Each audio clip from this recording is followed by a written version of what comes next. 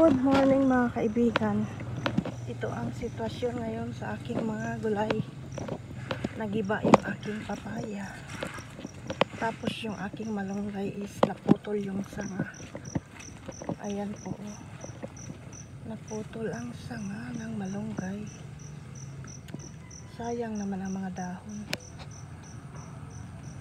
Ito yung aking mga talong. Mamimitas tayo ng talong. Kasi ilang araw akong hindi nakapunta dito. Ito na yung aking ampalaya. Gumapang na. Ayan, oh, may bulaklak na nga siya eh. Ayan, oh, may bunga na pala. Wow, ang galing. Meron din akong ano dito. Pakwan. Wala ako ng paglagyan. Ayan, pakwan, oh, may bunga na. Isa. Dalawa, tatlo, apat, lima yung bunga ng pakwan ko. Tapos yung aking papaya na nagiba. Buti hindi sila nagiba lahat. Tapos yung mga tanim ko doon sa gilid, nabaha. Sayang naman yung mga okra.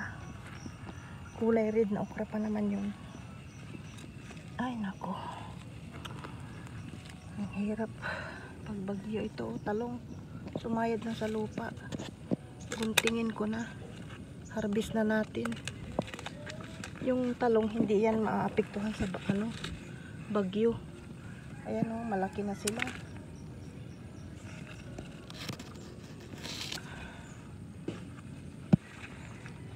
Pero may langgam pala.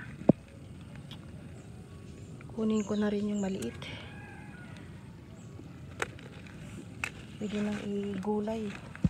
So magugulay ako ng ano ngayon, malunggay na dahon at saka yung mga papaya. Harvest muna tayo ng aking talong. Marami-rami na rin siya. Ay, may bunga pala yung aking sili. Ayan ang bunga niya, oh. Dalawa pa lang. Kukunin ko na rin para may pangsili tayo. Dalawa. Ayan o. Maganda ng bunga niya. Hindi ko alam na namunga pala siya. Bago lang kasi yan eh.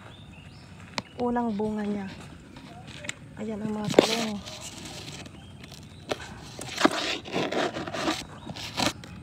Malalaki na.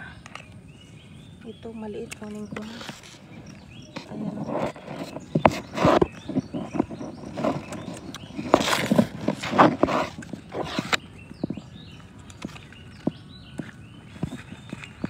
Ayan pa.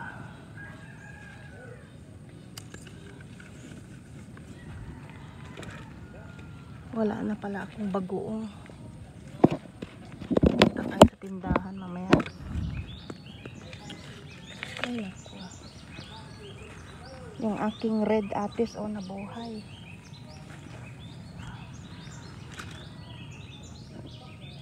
Ayan ang talong. Ayan pa. Ang ganda ng tunog ng mga ibon. Nakakatuwa.